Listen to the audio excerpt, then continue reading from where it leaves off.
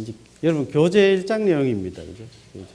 지급 교육이 학교에서 어떻게 이루어져야 하나, 그걸 이제 관련성을 보여줍니다. 그죠? 교과 과정 안에서 읽기 말하기는 결국은 사회나 직업에서 필요한 어떤 의사소통 기술을 늘려주죠. 그죠? 읽기 말하기를 잘 조리 있게 해야 합니다. 그죠? 그렇잖아요. 그죠? 여러분 이제 조리 있게 말할 수 있게 됐어요? 아니, 조금 더 훈련이 필요할 겁니다. 그죠? 내 제자 중에 뇌성마비 장애 학생이 박사학위를 받아가지고 지금 훌륭한 강사가 됐어요. 처음에는 말을 50%도 알아듣기 힘들었는데. 결국 자기 의사소통 기술은 뭡니까? 읽기, 말하기 훈련, 그런 경험들을 통해 굉장히 발전시킨 거겠죠. 그죠? 또 예술이라든지 음악, 이런 학교에서 배우는 기술들은 뭡니까? 하나의 문화적 기술이에요. 그죠? 이것도 직업하고 직장하고 연결이 될 수 있습니다. 그죠? 또 구체적으로 실업이라든지 가정, 이런 거는 고등학교에서 올라가서 배우는 거. 또 미술 배우잖아요. 그죠? 미술 교과목을 통해서 이걸 직업 기술로 발전시킬 수가 있습니다. 그죠? 또 야구, 축구, 농구, 배구와 같은 구기 종목들을 통해서 뭡니까? 피지컬 스킬들을 굉장히 늘려나가죠. 그죠? 이건 꼭 뭐 프로야구 선수, 축구 선수가 안 되더라도 그런 걸 요구하는 직업들이 많습니다. 그죠? 뭐 야채를 적재한다든지 무슨 뭐 큰 대형 마트에 가서 물건을 뭐 그걸 한다든지 이런 거는 신체 기술이 발달한 사람이 훨씬 유리한 그런 것이죠. 또 농업 계열의 직업이라든지. 그죠? 또 학교에서 배우는 역사지리, 사회경제는 사회과 영역의 직업으로 발전시킬 수 있고, 생물, 화학, 물리는 과학기술 쪽으로. 과학기술. 공대 나오면 취직이 잘 되죠. 그죠? 간호학과 나오면 취직이 잘 되는 것처럼. 그러나 또 수학, 대수, 기하 이런 건 컴퓨터 기술하고 상당히 관련되어 있습니다. 그죠? 근데 요즘 공대 학생 많이 안 가지. 그죠? 왜? 공돌이라 그러면서 안 가대요. 또. 그죠? 그러니까 직업이라는 건 뭡니까? 사회적 위세라든지 이런 걸 많이 반영합니다. 그죠? 거기에 비하면은 사회복지사나 직업재활 상담사는 뭡니까? 교사가 같은 그런 역할이에요. 남을 딜렉팅하고 가이드하고 상담, 카운슬링하고 티칭하고 코칭하는 이런 기술들이에요. 그죠? 그런 기술은 어디에서 학교에서 많이 다뤄질까요? 의사소통 기술이라든지 또는 사회기술 이런 데서 굉장히 많이 다뤄져야 할 것 같아요. 그죠? 그래서 진로교육 체계는 뭡니까? 요거는 연령입니다. 그죠? 좌측 축에 있는 거는 이게 연령입니다. 6세, 9세, 11세, 13세, 16세 쭉. 그러면 이제 진로 인식하고 오리엔테이션, 진로 탐색하고 나면은 이게 전문대학 수준에서 배울 수 있는 기술들은 대체로 초입 진입하는 거예요. 초입. 구체적인 진입하는 거죠. 이거 중기술직. 이게 좀 붙어 있는데 그림을 잘못 그렸는데 여기 4년제 대학 전문기술직으로 나가는 겁니다. 그리고 나서 뭡니까? 전문 직업이라든지 또는 성인교육, 또 생애교육이 필요한 겁니다. 요즘 또 평생교육의 시기라는 것이죠. 그죠? 이런 진로지도, 진로교육을 장애와 관련해서 생각해 볼 때 또 장애도 우리가 파악해야 됩니다. 그죠? 장애는 여러분 뭐 계속 배워온 거지만 장애를 구체적으로 표현하기 쉽지 않습니다. 장애가 뭘까? 그거는 복지법에 있는 거 아니야. 이렇게 버리기 쉽죠. 그죠? 또 사회는 뭘까? 사회. 우리가 해석하는 사회. 이런 게 다를 겁니다. 그죠? 그래서 장애 인구를 정의한다는 것은 사회 환경에 따라서 굉장히 다를 수가 있죠. 그죠? 장애 개념은 굉장히 의료적 측면이 강했습니다. 과거에는. 지금은요, 기능적 측면으로 변화되고 있어요. 그죠? 과거에는 의사가 이런저런 조건을 따졌다면 이제는 뭡니까? 상담사가 따져야 할 그런 시기에 교사가 따져야 할 시기. 장애라는 건 뭡니까? 의료적으로 보는 거하고 사회에서 적응하는 거하고는 같지 않다고 보기 때문에 이제는 장애를 기능적으로 분류하려는 이런 시도로 자꾸 바뀌고 있다는 걸 여러분 알겠죠. 그죠? 또 실천적 맥락이 중요합니다. 그죠? 또 문화적 해석이라는 거는 장애에 대한 태도나 인식 이런 것들이 장애를 대하는 태도 이런 것들은 결국은 일반 대중의 보편적 사고를 반영하는 거기 때문에 그죠. 그래서 일반 대중이 싫어하는 장애인은 장애인에게 불리한 입법이나 제도를 만들 수밖에 없어요. 정책을. 그죠. 그래서 법을 만든다는 것은 결국은 일반 대중의 영향력이 크다고 그렇게 볼 때 복중류계층이 장애인을 보는 그런 사고가 굉장히 중요하겠죠. 장애인을 보는 관점들이. 기본적으로 이런 관점을 변화시켜 우리가 장애인에게 유리한, 장애인이 살기 좋은 그런 세상을 만들 수가 있다는 겁니다. 그죠? 또 장애는 측정 가능한가 말이에요. 측정 가능할까요? 안 할까요? 장애를 측정한다고 할 때 어떤 문제들이 있습니까? 옆 사람에게 한번 물어보세요. 장애를 측정하게 되면 어떤 변수들이 작용하지? 이렇게 한번 물어봐요.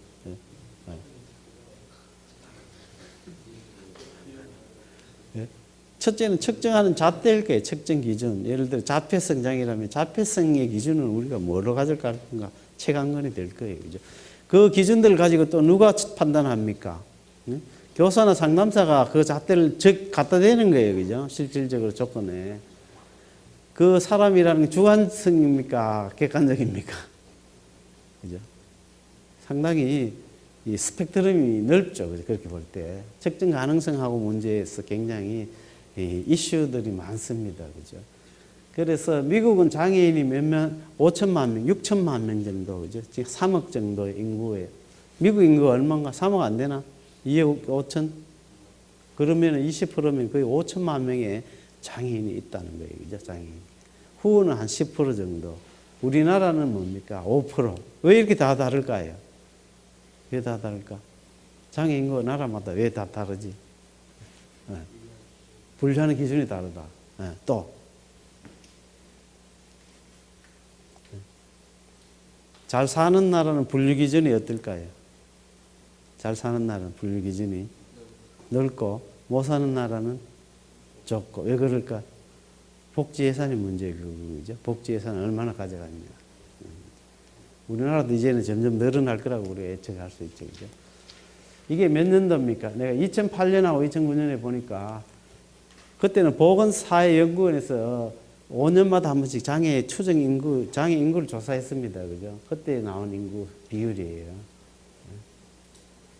그 지체가 제일 많고, 그 다음이 뇌병변, 시청각 언어네. 그죠? 합쳐 나왔을 때, 그 다음에 뇌병변, 이런 순서로 많습니다. 그러니까 등록 수를 보니까 비율이 다르더라고요. 이렇게. 시가 크게 차이가 나고, 이렇게 다릅니다. 그죠? 그래서 통계적인 차이가 많더라고요. 그래서 이제 ICF 분류 이전에 2000년 이전에는 장애를 어떻게 분류했냐면은 임페어먼트랑 들어갔을 때 손상이라고 그렇게 번역할 수 있어요. 그죠? 손상이 예를 들어 뭐 한쪽 팔이 없다든지 뭐 어떤 팔이 구축이 생겼다든지 다리를 못 쓴다든지 절단이 됐다. 이게 임페어먼트 수준이죠. 해부학적 구조죠. 그죠? 그러나 이런 임페어먼트가 이제 디서빌리티로 간다는 것이죠. 그죠? 팔이 한쪽 절단됨으로 해서 어떤 기능을 하지 못하는 것들. 그죠? 활동 저하가 일어나고 또 치료 교육이 필요하고 그리고 이것이 사회에 나갔을 때 직업이나 교육에서 불리한 것을 우리 핸디캡 이렇게 본 거죠. 그죠? 그래서 임페어먼트가 디서빌리티로 넘어가고 디서빌리티가 핸디캡으로 넘어간다는 이런 모형을 채택을 했습니다. 그죠? 그러나 지금은 뭡니까? 73년 미국 법은 기능적으로 이때 분류하기 시작합니다. 그죠? 그래서 질병에서 손상, 기능 제약으로 가서 핸디캡으로 간다는 이런 겁니다. 그래서 장애를 누가 정의하나 또 우리가 여러 가지 생각해 볼 수가 있어요. 주관적으로 정의 내리는 경우가 있어요. 나는 물질 남용 장애자야. 미국 같으면. 그럼 장애인으로 잡혀집니다. 그죠? 나는 에이즈 보균자야. 장애로 잡혀집니다. 또 행동적으로 우리가 지적 장애는 어떤 것이라는 행동적 기준들을 가질 수 있죠. 그죠? 또 의사와 같은 또는 교육자와 같은 심리학자 같은 여러 가지 사람들이 규정하는 그런 형태가 있고 완전히 의료적으로 정의하는 그런 것이 있을 거예요. 그죠? 반면에 법률적으로 여기는 장애다, 복지 대상자다 또는 어떤 그 국가 원호 대상자다 아니다는 또 지역 사회가 내리는 정의 이런 정의가 있습니다. 그죠? 그래서 이런 상호관계들 또 이것이 직업과 어떤 관계를 가지느냐가 굉장히 평가와 관련해서 중요하게 됩니다. 그죠? 또 이거는 교재에 있습니다만 핸디캡이라는 개념을 장애라고 봤을 때 오리엔테이션 핸디캡, 그 뇌병변 장애, 뇌손상 장애와 같이 환경을 지향하는 그런 능력이 없는 사람들이 있습니다. 그죠? 또 신체 의존하는 그런 핸디캡이 있어요. 24시간 누워 있어야 한다든지 전적 휠체어에 의존한다든지 하는 거죠. 또 이동 핸디캡. 여기에서 저 장소로 옮기는 데 여러 가지 불리한 조건이 있는 거죠. 또 직업적 핸디캡이 있어요. 즉 동료들과는 전혀 다른 어떤 스타일, 라이프 스타일을 가지고 있다든지 그죠? 또 사회 통합하는 데 있어서 핸디캡, 또 경제적 자기 충족 이런 영역에 있어서 핸디캡을 가지고 수가 있는 것이죠. 그죠? 그래서 후에서는 뭡니까? 전통적으로 사용해 오던 그런 장애 분류 방식을 97년부터 이제 새로이 분류하기 시작합니다. 그죠? 그래서 과거의 의료적 모형이 이제는 사회적 모형으로 좀 발전합니다. 뭐냐면은 환경이 장애를 양산해 놓고 있다는 이런 인식이 생겨나니까 그보다 좀 더 발전된 모델이 뭡니까? 바이오 사이코소셜 모형입니다. 그죠? 이거는 차원이라든지 맥락 이런 걸 중요한 시 여기는 그런 장애 분류죠. 그죠? 그래서 후에서는 disability라든지 핸디캡이라는 영어 단어 대신에 disablement라는 단어를 썼으면 좋겠다. 이렇게 이야기합니다. 또 미국 그 사람들은 법에 97년 법인지 보면 impedement라는 용어를 쓰도록 합니다. 그죠? 그래서 disability라든지 핸디캡이라는 용어 단어 자체는 굉장히 부정적이라는 것이죠. 그죠? 여러분 뭐 여기 그 엘리베이터 고장나면 뭘 붙여 넣습니까? 엘리베이터 장애, 전선 장애, 그죠? 이처럼 장애라는 것이 굉장히 네거티브하다는 사회적으로. 그래서 좀 장애와 관련해서는 이제 좀 중립적인 단어, 중립적인 용어들을 쓰자 그렇게 얘기를 합니다. 그죠? 그래서 후에는 새로운 장애 모형으로 disablement와 impairment 활동을 크게 고려하고 참여 요인과 배경 요인, 또 디멘전 이런 것을 다루게 됩니다. 그죠? 그래서 크게는 개인적 요인과 환경적 요인으로 분류하는데 사람 자체는 그렇게 분류하고 있지는 않는다고 보는 것이죠. 이게 이제 용어들입니다. 그죠? 외부 기능 장애는 지체, 뇌병변, 시각, 청각, 언어, 안면 이렇게. 이 중에 언어 장애가 이게 6개 중에 사람들에게 좀 일반 대중들에게 좀 더 수용적인 장애는 어느 걸까요? 이 중에서 제일 안 수용적이지, 그죠? 좀 기형으로 화상이 제일 싫어합니다. 사람들이 혐오적으로 생각해요, 그죠? 그거보다는 그죠? 이 지체장애가 더 호감을 줍니다, 그죠? 시각장애는 덜 호감을 주고 이런 장애 유형에 따라 일반 대중들의 어떤 선호 그런 것들이 있다는 걸 알 수 있어요, 그죠? 내부 기관은 뭡니까? 심장이라든지 심장, 또 간 이식에 있다든지, 그죠?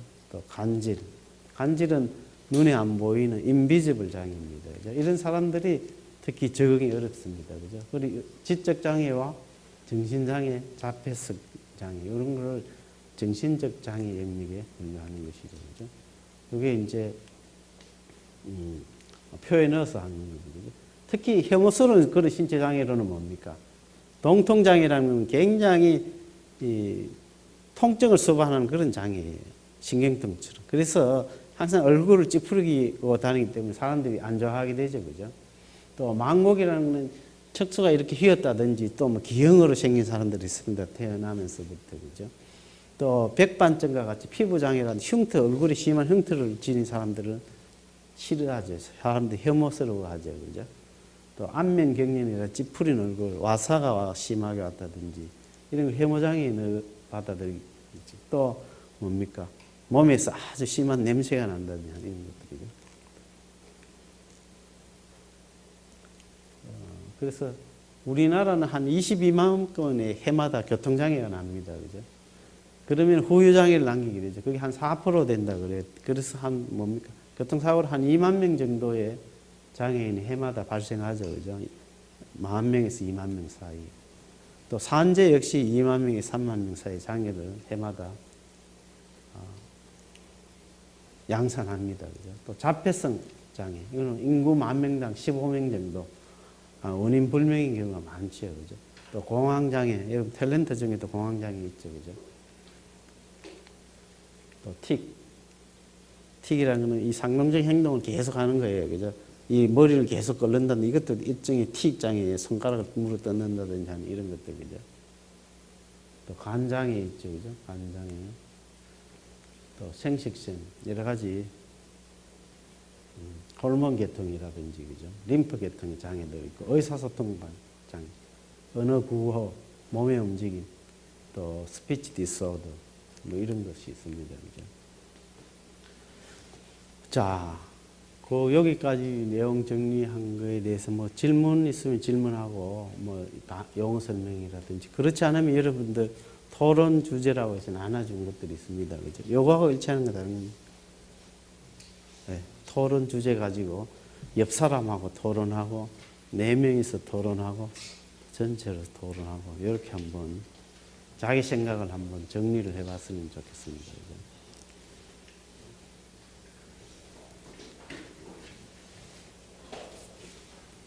자, 토론하려면 교실이 좀 시끄러워야 됩니다. 그죠? 그렇지 않아가지고. 2명이 비교적 하면 3명, 뭐, 이렇게 임의로, 그죠? 여러분 편리한 대로 조를 정해서 앉아가지고, 여기 한번 자기 생각을 한번 메모해보고, 상대방에게 자기 생각을 소개하고, 또 다른 사람에게 소개해보고, 이런 시간을 한번 가지도록 그렇게 하겠습니다.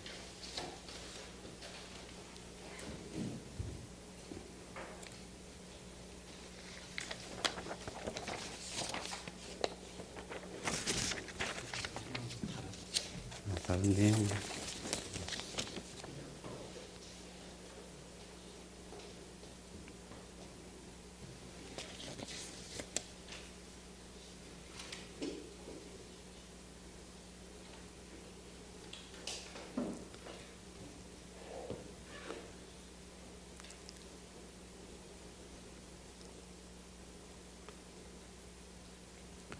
자, 첫 번째 토론 주제는 뭡니까? 지금 우리나라는 한 해 수십만 명의 청년 실업자가 발생합니다. 그죠? 이렇게 청년 실업이 많은데 장애 학생들이 학교를 졸업하고 어떻게 취직을 할 수 있을까? 좋은 아이디어들이 있으면 한번 토론해 보도록 합니다. 1번 주제에서 한번 토론해 보고, 먼저.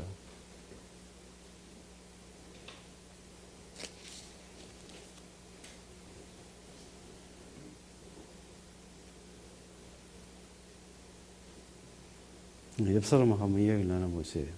청년 실업이 이렇게 높은데, 청년 실업률. 장애 학생은 어떻게 취직시킬 수 있을까? 거기에 대해서 고민 한번 해보고요. 그지?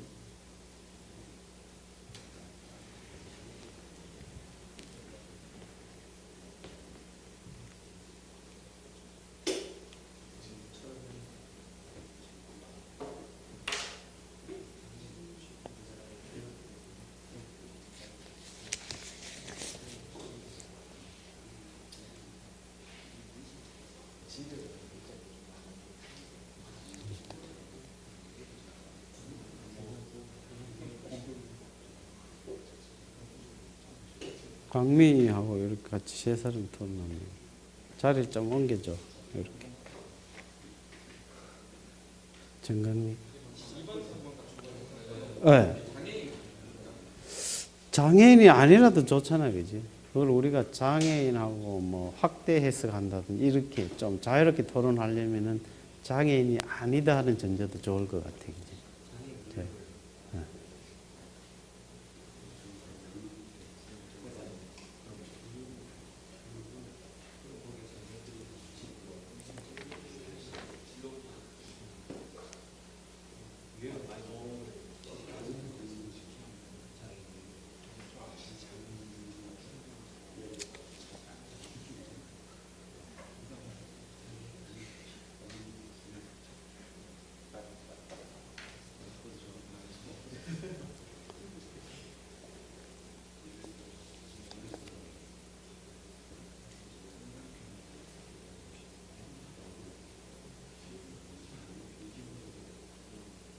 자, 그러면 1, 2, 3번까지만 토론해보고 자기가 토론한 내용은 좀 소개하고 또 4, 5로 넘어가고 이렇게 한번 해봅시다. 4, 5, 6으로.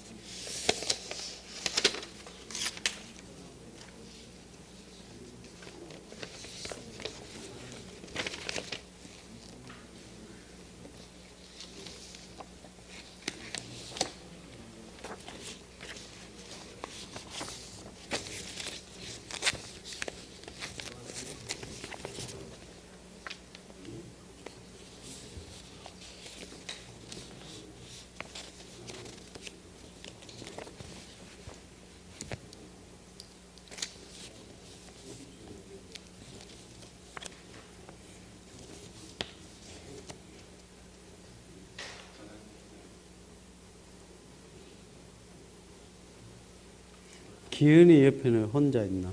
같이 좀. 혼자 토론이 안 되잖아. 뒤에, 김혜슬이야. 아, 김혜슬은.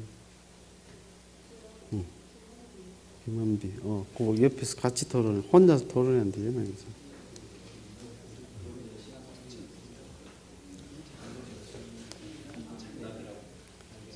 김은비, 1번 답 뭘까? 청년 실업자가 많은데 어떻게 하면 장애 학생들 좀 많이 취직시킬까? 은비 생각은 어때? 시설 많이 만들라고? 시설. 장애인들이 시설 좋아할까? 장애인들 시설 가기 싫어하면 어떻게? 특채를 많이 해달라. 장애인 특채. 특채로 하려면 어떤 방법을 취해야 특채를 많이 할 수 있지? 무조건 나라에서 다 해라.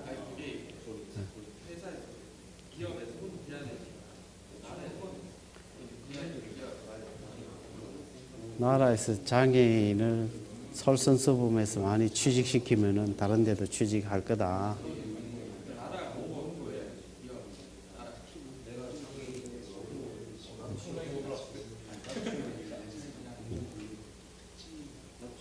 다른 조는 고효준 조는 1번 문제를 어떻게 접근? 1번 쪽은 회사에 장애인 유형을 만들어서 회사에 장애 유형별로 대학교 새로운 전형을 만듭니다. 입사 전형. 입사 전형으로. 좋은 아이디어네. 애들끼리 경쟁을 해서 당당하게 취업. 오케이. 그거 말하자면 코타 시스템이란 말이에요. 코타 시스템이라는 미국 하버드 대학이 흑인이 몇 프로 받고 히스패닉을 몇 프로 받게 하는 그런 방식의 좋은 아이디어다. 그죠? 그 뒤쪽은 정강미 조는 1번에 대해서.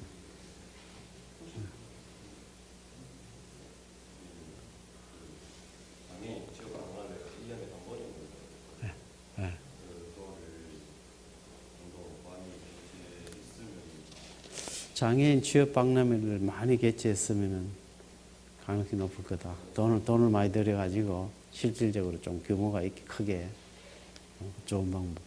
또 이쪽에는 마지막으로 기현이 조는 기현이는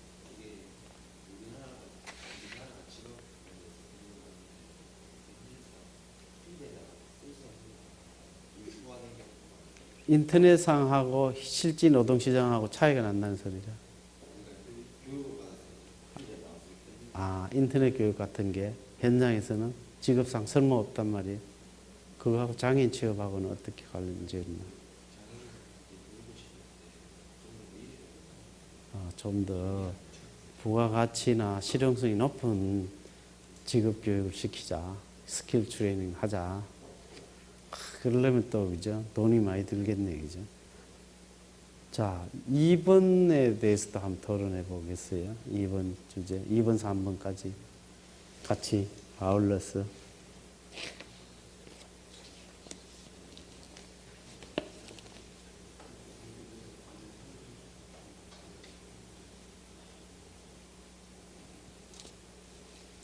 네, 2번, 4번도 같이 아울러서 한번 토론해 보세요. 단순 근로자, 단순 육체노동자의 진로 계획이 필요한가 아닌가, 또 하지 않은 이유는 뭔가, 또 그걸 정서적인 삶과 어떻게 결부시킬 것인가. 또 세 번째는 내가 어떤 직업을 갖는다는 게 내 가족, 그죠? 가족, 또 내 가정에는 어떤 영향을 미칠까. 아니면 우리 아버지의 직업은 우리 가정에 이런 영향을 미쳤다. 이런 토론은 더 좋겠네요.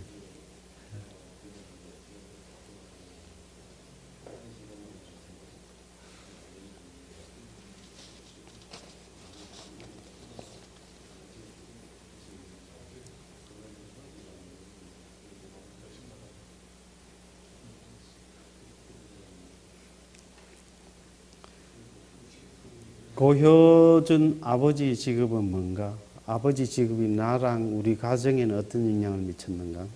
아버지 직업이.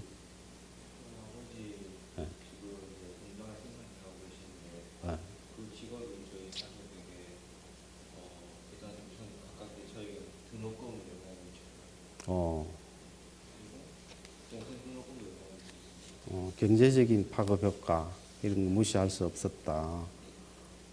그래서 나는 이 진로는 좀 달라질 수 있는가? 아버지 직업과는.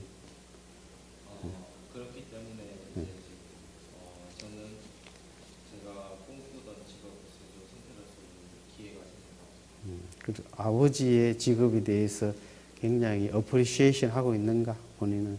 예. 오케이. 그 다음 기철은 아버지 직업이 나의 진로, 우리 가정에 어떤 영향을 미치고 있나?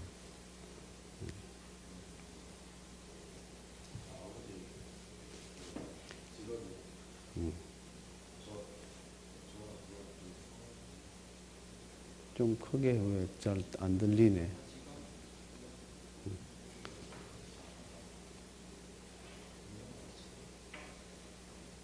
그 다음 김기현 이야기해봐. 내가 질문 의도 알겠지, 그지?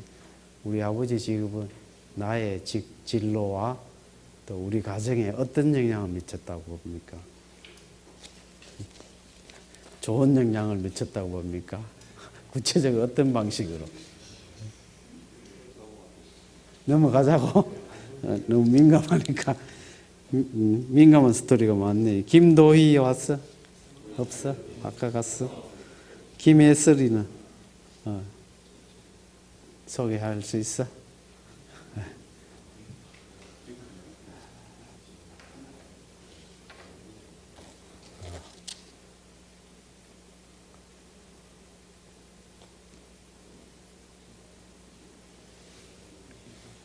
그러면은 김은비는 없지. 류아연이는 없고. 박창현 자기소개 좀 해볼 거예요. 우리 아버지 직업이 농구와 사업가를 같이 하는 느낌인데 하면서 저희 집안 경제적으로 이제 커서 그 우리 동기들에 대한 어떤 진로 계획에 대한 에스피레이션이나 이런 거 열망이나 또 어떤 통찰에 영향을 미쳤을까 안 미쳤을까? 아버지 직업이 나한테 전혀 영향이 없었어. 조금은 있어서 어떤 방식으로 영향을 미쳤는가?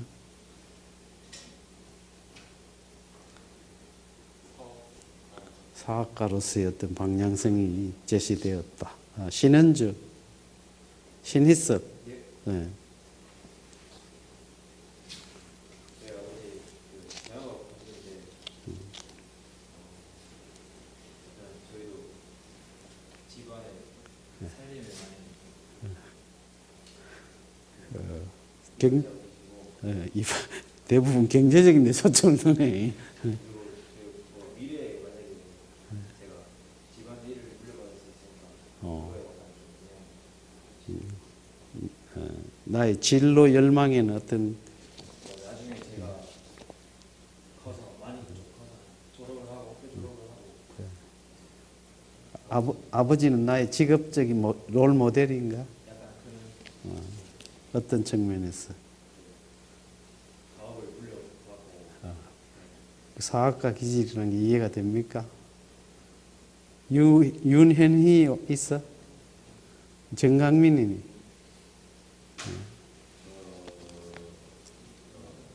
아버지 지금 저는 얘기하시는데 저는 직업적으로 생각을 하다 보니까 제 동생이 아버지랑 경제를 하고 싶어하는 그런 긍정적인 측면을 잘 살릴 수 있을까? 정강민은? 네. 저는 아버지랑 성향이 아예 반대라서 정선우, 네. 좀 크게. 기계 설비하시는데 전도적으로 영향받는 거는 어쨌든 지금 생각했을 때 기계 쪽이나 공장 쪽으로 아버지 쪽에 들으니까 그쪽으로 선택을 할지 직업 제한을 할지 하연호. 예. 마무리를 잘 하지 보지.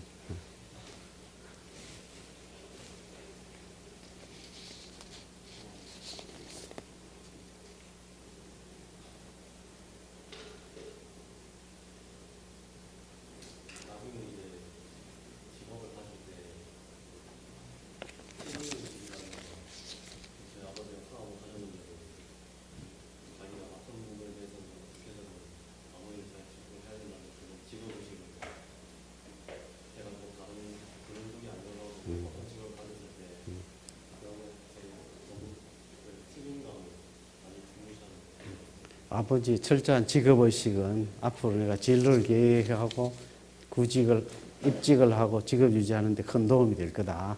예. 그래. 여러분 주위에 보면은 뭡니까?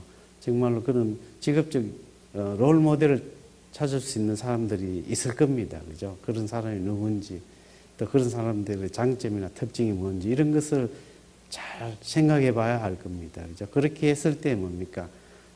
장애인이 진로 상담하러 왔을 때도 그 좋은 방식들을 같이 찾아볼 수 있는 그런 통찰력이 생길 수 있죠. 그죠? 또 4, 5, 6번도 한번 같이 지금처럼 한번 토론해 봅니다. 그죠? 이걸 장애 학생에게 적용시켰을 때 어떻게 더 발전할 수 있을까? 그죠? 또 장애인이 스스로 자기 자신에 대해서 알게 하려면은 직업과 관련해서 어떻게 이해를 높일 수 있을까? 그죠?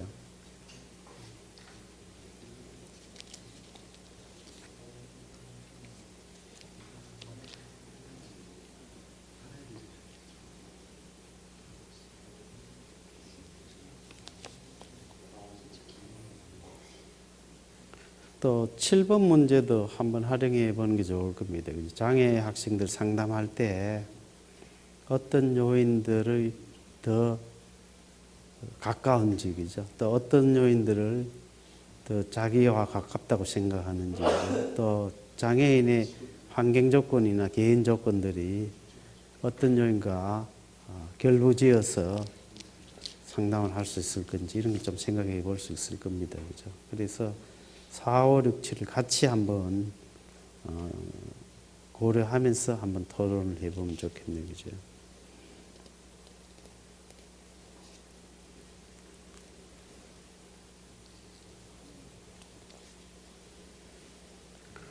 자, 7번 문제를 한번 살펴봅시다. 장애 학생들이 특수학교를 마치고 취직을 할 때 산업 유형은 어떤 형태로 영향을 미칠까요? 산업 유형이라는 것은 장애인이 살고 있는 그 지역 사회에 있는 노동시장의 특성들이 주로 어떤 걸 생산해내고 있고 어떤 서비스를 제공하고 있는지 이런 것도 역시 내가 장애인을 취직하도록 진로 상담할 때 굉장히 중요하게 작용할 겁니다. 그죠? 전혀 동떨어진 그런 직업을 탐색한다든지 직업 준비한다는 건 별로 의미가 없겠죠. 그죠? 또 두 번째 회사 유형도 역시 중요한 요인이 될 겁니다. 그죠? 어떤 장애 학생들은 격리된 또는 혼자 일하는 것을 좋아하는지 그런 작업이 많은 그런 직장을 좋아할 건지 그죠? 또 아니면은 그냥 환경이 좋은 회사, 그죠? 좀 분위기가 밝고 음악도 있고 공기 환기도 잘 되고 조명도 좋은 일광이 많은 그런 장소 뭐 이런 걸 좋아하는지 그죠? 또 어떤 사람들은 안정성 면을 굉장히 중요할 수가 있을 거예요. 내가 이걸 5년 할 수 있나 10년 할 수 있나 이거를 굉장히 중요하게 여기는 그런 사람들 또 그런 장애인에게 맞는 특성들이 있을 겁니다. 그죠? 또 업무의 성격 역시 중요하겠죠. 그죠? 장애인이 하기에 수행해내기에 적합한 일인가 그죠? 아니면은 적합하지 않은 일인가 이를 분류하는 방식은 나중에 배우겠지만 굉장히 여러 가지 형태가 있습니다. 그죠? 또 업무의 자유 여러분들 중에는 뭐 나는 교사하고 싶어 왜 방학이 기니까 이런 사람이 있습니다. 마찬가지로 장애인들도 나는 좀 이런 데 자유로운 근무 시간이라든지 또는 뭐 업무가 좀 더 자유로운 이런 일자리를 찾고 싶다든지 그죠? 또 전문성이나 승진 면에 비중을 두는 그런 사람들도 있을 겁니다. 그죠? 나는 승진 빨리 시켜주는 회사가 좋아. 은행에 취직하면은 3년마다 승진시켜 주더라라든지, 그죠? 또 여기 있는 대부분의 사람들은 본업에 오리엔테이션 되어 있어요. 그죠? 월급 많이 주면 최고 직장이지 뭐 다른 건 필요 없어. 물질 만능주의 사회에서 나는 10만 원이라도 많이 주는 직장을 갈 거야. 뭐 이런 사람이 있는가 하면은 뭡니까? 월급은 중요치 않아. 인간관계, 업무의 성격이 더 중요해. 남에게 봉사하는 직업이냐. 뭐 이렇게 생각할 수 있는 사람도 있습니다. 그죠? 그래서 이 급여 수준이 굉장히 이 보편적으로는 중요한 하나의 그 취직 요건이 되는 것이죠. 그죠? 봉급 수준이라는 것은. 그러나 그것도 봉급 수준이라는 것도 여러분 다양한 형태로 있어요. 그죠? 어떤 회사는 연봉으로 정해가지고 계산해 주느냐 하면은 뭡니까? 어떤 회사는 보너스라든지 이런 걸 빼고 다 연봉을 또 그 과세 기준에 해가지고 우리는 연봉 2,300이다. 이런 회사들이 있는 반면에, 그죠? 그러나 요즘은 뭐 직업재활사나 사회복지사는 거의 공무원 수준이에요. 그죠? 봉급 수준도 나쁘지 않습니다. 그죠? 과거에는 굉장히 좀 열악한 그런 시절이 지금 거의 뭐 그래 왔었죠. 그죠? 또 재교육기회 역시 중요할 겁니다. 어떤 직종은 빨리 변화하는 직종이에요. 이건 한 10년 후에는 사라질 직업이에요. 그런 경우에 어떻게 내가 새로운 직업을 준비하고 뭘 준비하고, 그죠? 또 직장 생활을 하면서 내가 새로운 기능들이나 직업 준비를 할 수 있는 그런 기회나 시간이 부여되는지, 그죠? 또, 좀 큰 회사 가면은 또 공무원, 고위공무원 되면 어떻게 됩니까? 만약 여러분들이 이 행정고시가 됐다, 5급 공무원이 됐다. 그럼 국가에서 이렇게 확인시켜주는 그런 1년, 2년짜리 연수가 많았어요. 지금은 많이 줄어들었겠지만. 그래서 재교육기회 같은 것도 굉장히, 과거에 그렇잖아요. 대기업 가면은 공무원의 월급이 2배인데, 거기 안 가고 공무원을 선택하는 이유는 해외 연수를 1, 2년 보내주기 때문이다. 뭐 이런 것도 있고, 그죠? 또 어떤 복지관에 가면은 뭡니까? 교육 연수를 많이 보내주더라. 자격증을 따는데 비용을 보조해 주더라. 이런 것들이 하나의 구직 요인이 될 수가 있습니다. 그죠? 또 위치 역시 중요하죠. 그죠? 어떤 사람들은 집에서 떨어진 곳을 싫어하죠. 그죠? 아, 나는 집 가까운 데 근무해야 돼. 부모님하고 같이 살면서 나는 직장 생활 할 거야. 이런 사람들이 있는 반면에. 또 근무 환경도 중요합니다. 그죠? 근무 환경. 습도가 많으냐, 환경 변화가 없는 곳이냐, 뭐 이런 것들. 주거지역, 그죠? 주거지역. 내가 살고 있는 것이 아파트 단지인데 또 어떤 직업을 선호하게 된다든지. 교통 역시 중요한 요인 중에 하나입니다. 그죠? 여러분도 뭡니까? 출퇴근하면서 2시간, 3시간 보낼 사람은 없습니다. 그죠? 그래서 어떤 사람들 보면 봉급 수준보다는 뭡니까? 거리가 가까운 데를 선택하는 이런 사람들이 생각보다 굉장히 많은 것이죠. 그죠? 또 생활비 같으면 어떻겠어요? 세종시에 사는 거하고 대구시에 사는 거하고 어느 쪽이 돈이 많이 들겠어요? 세종시는 물가가 엄청납니다. 왜요? 거기는 거의 뭐 생산 기반도 없고 전부 외부에서 조달해오는 이런 환경이어서 장복이 뭡니까? 시장 물가라든지 이런 게 만만치 장바구니 물가라든지 이렇게 만만치 않습니다. 그죠? 그래서 같은 2,300의 연봉이라 하더라도 그런 것은 피하게 되죠. 당연히. 그죠? 군복무는 어때요? 군복무. 군복무는 직업입니까? 아닙니까? 직업 분류에 넣지 않습니다. 그죠? 군인은. 그죠? 그러나 나는 군인을 좋아하는 사람도 있어요. 그죠? 그래서 학사장교나 ROTC 해가지고 군에 뭐 말뚝 박는다든지 뭐 이런 사람도 있잖아요. 주위에. 그죠? 또 직업의 이미지라든지 또 가족의 역량, 재량권이 있나 없나. 그죠? 심지어는 뭡니까? 연인에 의해서도 구직의 영향을 받는 뭐 이런 것들이 있습니다. 그죠? 자, 여기까지 여러분들 뭐 견해나 뭐 없습니까? 질문 궁금한 것들. 그죠? 다음부터는 내가 이름을 안 부르더라도 좀 자발적으로 이 토론이나 자기 주장을 좀 했으면 좋겠습니다. 그죠? 그래서 이 수업에서는 뭡니까? 개인의 그 코멘트가 굉장히 환영받는다는 걸 알고 여러분들 궁금한 단어라든지 용어 또 의문점 이런 거는 수업 시간 중에 좀 많이 다뤄줬으면 좋겠습니다. 이해됩니까? 네. 다음 시간부터 잘 합시다. 그죠? 힘들게 올린 유튜브 자료 월요일은 좀 늦은 감이 있다. 그죠?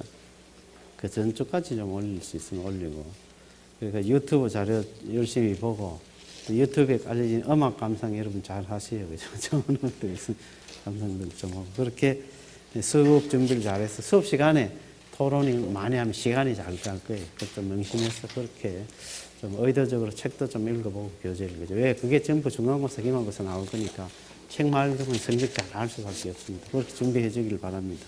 마칩시다. 수고했습니다.